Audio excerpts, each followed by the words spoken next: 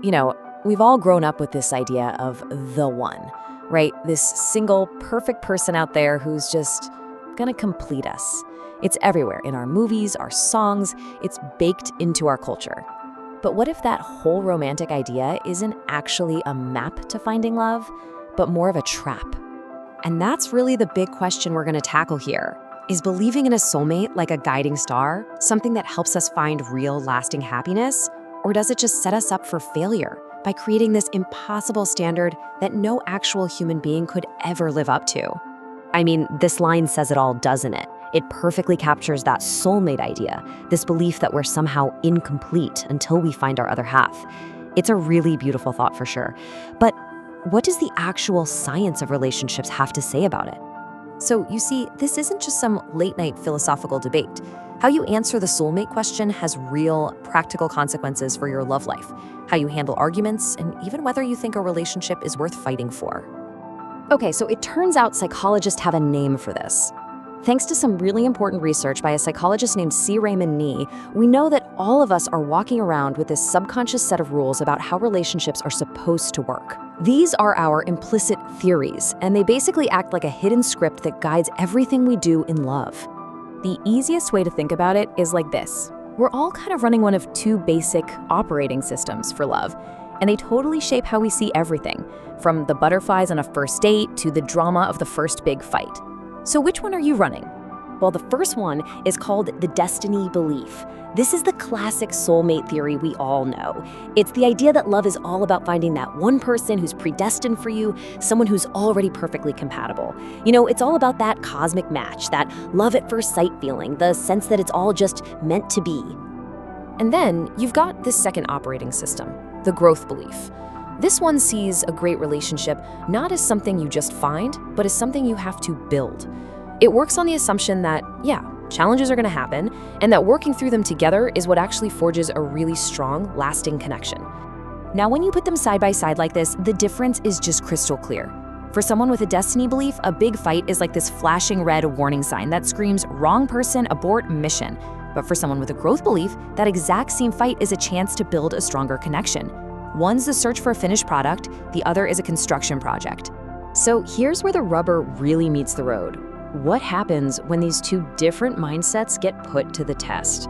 What happens when that supposedly perfect soulmate relationship hits its first totally inevitable bump in the road? It's a really interesting question, right? If you truly believe your relationship was written in the stars, what do you do when your partner's very normal, very human habits, like, I don't know, leaving wet towels on the bed, start to make you a little crazy? Well, the research shows it's not great. People with strong destiny beliefs are way more likely to just check out when problems pop up. They shut down, they pull away. Why? Because the story in their head is, if this was really the one, it wouldn't be this hard. So that first big argument can shatter the whole fairy tale, and they're much more likely to just bail and restart the search for the real one. But okay, let's flip the coin. How does someone running that other operating system, the growth mindset, handle that exact same argument about the towels? For them, it's not a deal breaker at all. It's just a problem to solve. The research shows they're much more likely to roll up their sleeves and try to figure it out together. They see a hardship not as a sign that it's all falling apart, but as a necessary part of building something real. Their commitment can actually get stronger when things get tough. Okay, now hold on. Before you start trying to diagnose yourself or your partner, there's a really important twist here.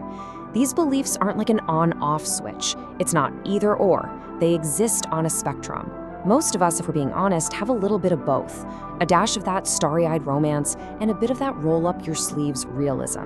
And this is where it all gets really, really interesting. Because what if the most powerful, most romantic mindset isn't about choosing one over the other at all, but about blending the very best of both? What if the real secret is to find someone you're destined to grow with? And this brings us to a really cool, kind of counterintuitive psychological idea called positive illusions. Now, you'd probably think that the key to a healthy relationship is seeing your partner with perfect, crystal clear accuracy, right? Warts and all. Well, the research actually says the exact opposite. This landmark study from back in 1996 found something totally wild. The happiest, most stable couples weren't the ones who saw each other perfectly. They were the ones who saw their partners in a slightly better light than their partners even saw themselves. It wasn't that they were blind, it was that idealizing their partner actually became a kind of self-fulfilling prophecy for a happier relationship. So when we put all this research together, this new, much more powerful idea of what love is starts to take shape. It suggests that maybe the goal isn't what we've all been told. It isn't just about the hunt for that one perfect person. It's about finding the person you're destined to grow with. See how that works? It combines that romantic spark of destiny with the real enduring power of a growth mindset. It's that feeling that you found someone truly special, combined with a commitment to build something extraordinary out of it. And this kind of leaves us with this final, really beautiful thought. Maybe a soulmate isn't something you find. Maybe it's something you become together. It's created in that moment you decide to stop searching for some impossible ideal, and instead, you turn to the real, imperfect, wonderful person right in front of you and say, okay, let's build our own destiny.